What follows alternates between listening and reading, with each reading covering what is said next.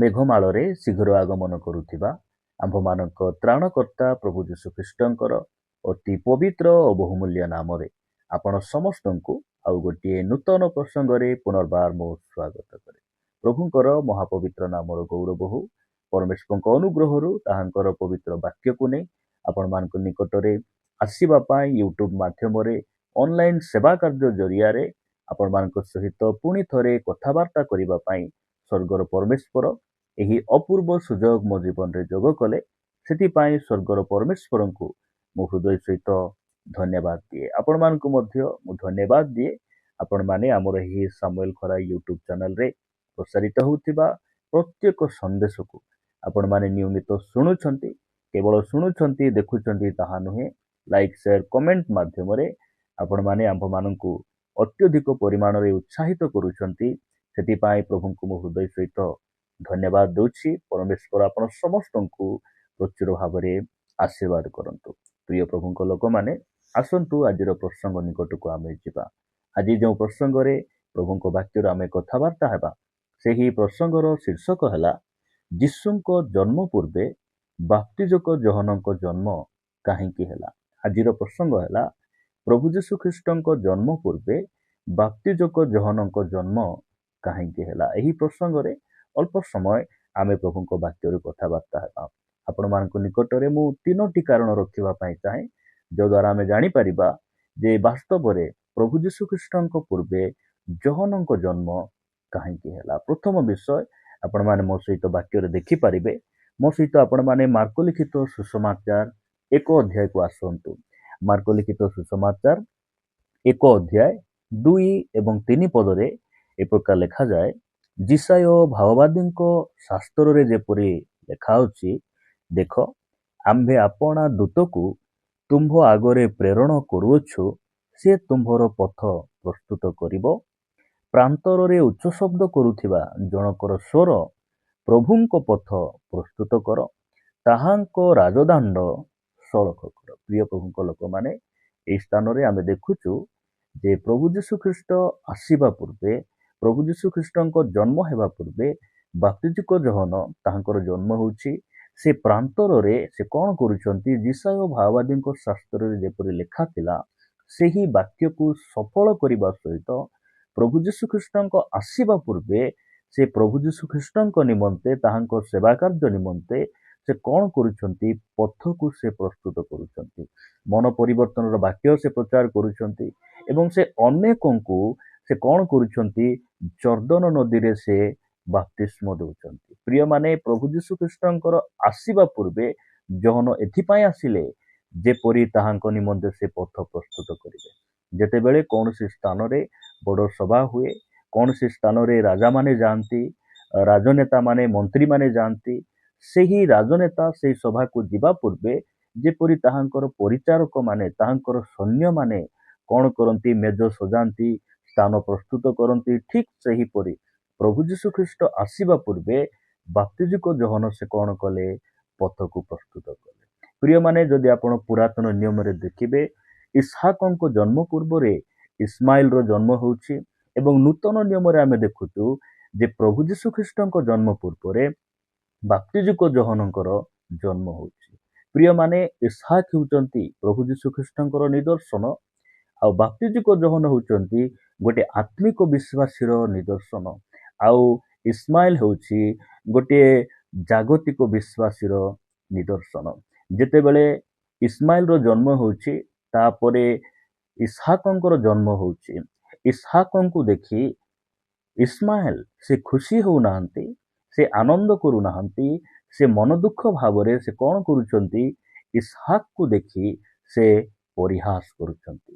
ଏହି ବାକ୍ୟ ଆପଣ ଆଦି ପୁସ୍ତକ 1 ଅଧ୍ୟାୟରେ ଆପଣ ପଢିପାରିବେ। 1 ଅଧ୍ୟାୟ 9 ପଦରେ ଏହି ପ୍ରକାର ଲେଖାଯାଏ। ପ୍ରିୟମାନେ, କିନ୍ତୁ ପ୍ରଭୁ ଯୀଶୁଖ୍ରୀଷ୍ଟଙ୍କର ଆସିବାର ଦେଖି, ପ୍ରଭୁ ଯୀଶୁଖ୍ରୀଷ୍ଟଙ୍କୁ ଦେଖି ବାପ୍ତିଜକ ଯୋହନ ସେ ପରିହାସ କରୁନାହାନ୍ତି, ତାହାଙ୍କ ନିମନ୍ତେ ସେ କ'ଣ କରୁଛନ୍ତି, ପଥ ପ୍ରସ୍ତୁତ କରୁଛନ୍ତି।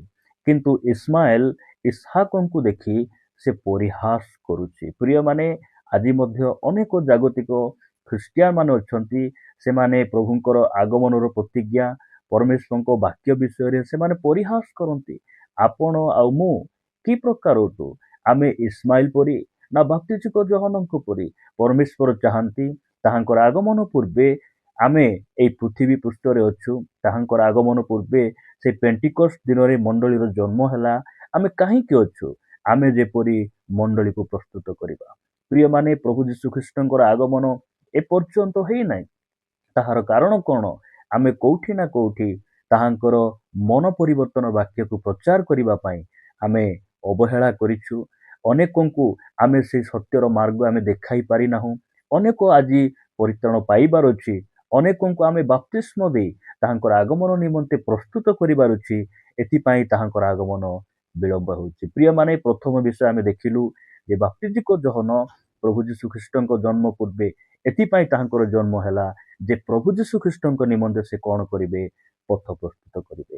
ଆମେ ମଧ୍ୟ ଏଇ ପୃଥିବୀ ପୃଷ୍ଠରେ ଏଥିପାଇଁ ଅଛୁ, ଆମେ ତାହାଙ୍କର ଆଗମନ ନିମନ୍ତେ ମଣ୍ଡଳୀକୁ ପ୍ରସ୍ତୁତ କରିବା। ଦ୍ୱିତୀୟ ବିଷୟ ମୁଁ ଆପଣମାନଙ୍କ ନିକଟରେ ରଖିବା ପାଇଁ ଚାହେଁ। ଆପଣମାନେ ମୋ ସହିତ ଆସିବେ ଯୋହନ ଲିଖିତ ସୁସମାଚାର 1 ଅଧ୍ୟାୟ। ଯୋହନ ଲିଖିତ ସୁସମାଚାର 1 ଅଧ୍ୟାୟ 6, 7, 8 ପଦ ମୁଁ ଆପଣମାନଙ୍କ ନିମନ୍ତେ ପଢିବା ପାଇଁ ଚାହେଁ। ଲେଖାଯାଏ, ଈଶ୍ୱରଙ୍କ ନିକଟରୁ ପ୍ରେରିତ ଜଣେ ବ୍ୟକ୍ତି ଉପସ୍ଥିତ ହେଲେ, ତାହାଙ୍କ ନାମ ଯୋହନ। 7 ପଦ, ସେ ଯେପରି ଜ୍ୟୋତି ବିଷୟରେ ସାକ୍ଷ୍ୟ ଦିଅନ୍ତି, ପୁଣି ତାହାଙ୍କ ଦ୍ୱାରା ସମସ୍ତେ ବିଶ୍ୱାସ କରନ୍ତି। ଏଥିପାଇଁ ସେ ସାକ୍ଷ୍ୟ ଦେବା ନିମନ୍ତେ ଆସିଲେ। ସେ ନିଜେ ସେହି ଜ୍ୟୋତି ନଥିଲେ, କିନ୍ତୁ ଜ୍ୟୋତି ବିଷୟରେ ସାକ୍ଷ୍ୟ ଦେବା ନିମନ୍ତେ ଆସିଲେ। ପ୍ରଭୁଙ୍କର ଗୌରବ ହଉ। ପ୍ରିୟ ଭାଇ ଭଉଣୀମାନେ, ଏହି ସ୍ଥାନରେ ଆମେ ଦେଖୁଛୁ ଯେ ବାପ୍ତିଜିକ ଯୋହନ ଏଥିପାଇଁ ଯୀଶୁଙ୍କ ପୂର୍ବରେ ଆସୁଛନ୍ତି। ଏଥିପାଇଁ ତାହାଙ୍କର ଜନ୍ମ ଯୀଶୁଙ୍କ ପୂର୍ବରେ ହେଉଛି। କାହିଁକି? ସେ ନିଜର ଗୌରବ କରିବେ ନାହିଁ, ନିଜର ସାକ୍ଷ୍ୟ ଦେବେ ନାହିଁ। ସେ ଯୀଶୁଖ୍ରୀଷ୍ଟଙ୍କ ବିଷୟରେ ସେ ସାକ୍ଷ୍ୟ ଦେବେ। ପ୍ରିୟମାନେ, ଆମ୍ଭେମାନେ ମଧ୍ୟ ତାହାଙ୍କ ଆଗମନ ପୂର୍ବରେ ଏଥିପାଇଁ ଅଛୁ। ଆମେ ଯେପରି ତାହାଙ୍କ ପୁନରୁତ୍ଥାନର ସାକ୍ଷୀ ହେବା, ଆମେ ଯୀଶୁଖ୍ରୀଷ୍ଟଙ୍କର ସାକ୍ଷୀ ହେବା। ଏଥିପାଇଁ ଆମେ ଏଇ ପୃଥିବୀ ପୃଷ୍ଠରେ ତାହାଙ୍କ ଆଗମନ ପୂର୍ବରେ ମଣ୍ଡଳୀକୁ ପରମେଶ୍ୱର ପୃଥିବୀରେ ରଖିଛନ୍ତି। ପ୍ରିୟମାନେ, ଆମେ ଯେ କେବଳ ଏହି ଖ୍ରୀଷ୍ଟମାସ ସମୟରେ ଆମେ ଚର୍ଚ୍ଚକୁ ଡେକୋରେଟ କରିବା, ଘର ସଜାଇବା, ନୂଆ ଲୁଗା ପିନ୍ଧିବା, ଖାଇବା ପିଇବା, ଏଥିପାଇଁ ହିଁ ଆମକୁ ପ୍ରଭୁ ରଖି ନାହାନ୍ତି। ପ୍ରିୟମାନେ, ଏହି ଜଗତ ନିକଟରେ ଆମେ ଯୀଶୁଙ୍କର ସାକ୍ଷୀ ହେବା, ପ୍ରଭୁଙ୍କର ସାକ୍ଷୀ ହେବା। ଏଥିପାଇଁ ପରମେଶ୍ୱର ଆମକୁ କଣ କରିଛନ୍ତି? ତାହାଙ୍କ ଆଗମନ ପୂର୍ବେ ଏହି ପୃଥିବୀ ପୃଷ୍ଠରେ ସେ ରଖିଛନ୍ତି।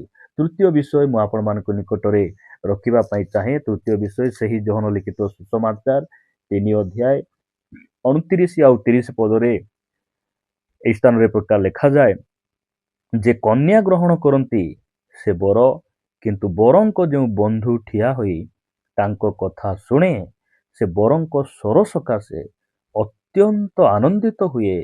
ଅତଏବ ମୋହର ଏହି ଆନନ୍ଦ ପୂର୍ଣ୍ଣ ହୋଇଅଛି। 30 ପଦ, ତାହାଙ୍କୁ ଅବଶ୍ୟ ବୃଦ୍ଧି ପାଇବାକୁ ହେବ, କିନ୍ତୁ ମୋତେ ହ୍ରାସ ପାଇବାକୁ ହେବ। ଏହା ବାପ୍ତିଜିକ ଯୋହନଙ୍କ ଭାଷା, ଏହା ତାହାଙ୍କ ସ୍ୱର ଅଟେ। ପ୍ରିୟମାନେ, ବାପ୍ତିଜିକ ଯୋହନ ପ୍ରଭୁ ଯୀଶୁଖ୍ରୀଷ୍ଟଙ୍କ ପୂର୍ବରେ ଏଥିପାଇଁ ଆସିଲେ ଯେ ତାହାଙ୍କର ସେବା କାର୍ଯ୍ୟ ଦ୍ୱାରା ଯୀଶୁଙ୍କର ନାମକୁ ସେ ଯେପରି ମହିମାନ୍ୱିତ କରିବେ। ପ୍ରିୟମାନେ, ଆମେ ଏଇ ଖ୍ରୀଷ୍ଟମାସ ସମୟରେ ଆମେ ପ୍ରଭୁଙ୍କର ଆଗମନ ପୂର୍ବେ ଏଇ ପୃଥିବୀ ପୃଷ୍ଠରେ ଅଛୁ। ଆମେ ରହିବାର ଏକମାତ୍ର ଉଦ୍ଦେଶ୍ୟ ଏହା ହେବାର ଅଛି ଯେ ଆମର ସବୁ କାର୍ଯ୍ୟ ଦ୍ୱାରା ପ୍ରଭୁଙ୍କର ମହିମା ହେବାର ଅଛି, ଯୀଶୁଙ୍କର ନାମ ମହିମାନ୍ୱିତ ହେବାର ଅଛି, ଯୀଶୁଙ୍କର ନାମ ଉଚ୍ଚରେ ରହିବାର ଅଛି। ପ୍ରିୟ ପ୍ରଭୁଙ୍କ ଲୋକମାନେ, ପ୍ରଭୁ ଆମମାନଙ୍କୁ ଅନୁଗ୍ରହ କରନ୍ତୁ। এই ଖ୍ରୀଷ୍ଟମାସ ସମୟରେ ଆମେ ପ୍ରଭୁଙ୍କର ସାକ୍ଷୀ ହେବା। এই ଖ୍ରୀଷ୍ଟମାସ ସମୟରେ ସେ ମନ ପରିବର୍ତ୍ତନ ବାକ୍ୟକୁ ଆମେ ପ୍ରଚାର କରିବା। এই ଖ୍ରୀଷ୍ଟମାସ ସମୟରେ ଆମର ଆଚାର ବ୍ୟବହାର ଦ୍ୱାରା ଆମେ ପ୍ରଭୁ ଯୀଶୁଖ୍ରୀଷ୍ଟଙ୍କର ନାମକୁ ମହିମାନ୍ୱିତ କରିବା। ପ୍ରଭୁ ଆମମାନଙ୍କୁ ଅନୁଗ୍ରହ ପ୍ରଦାନ କରନ୍ତୁ।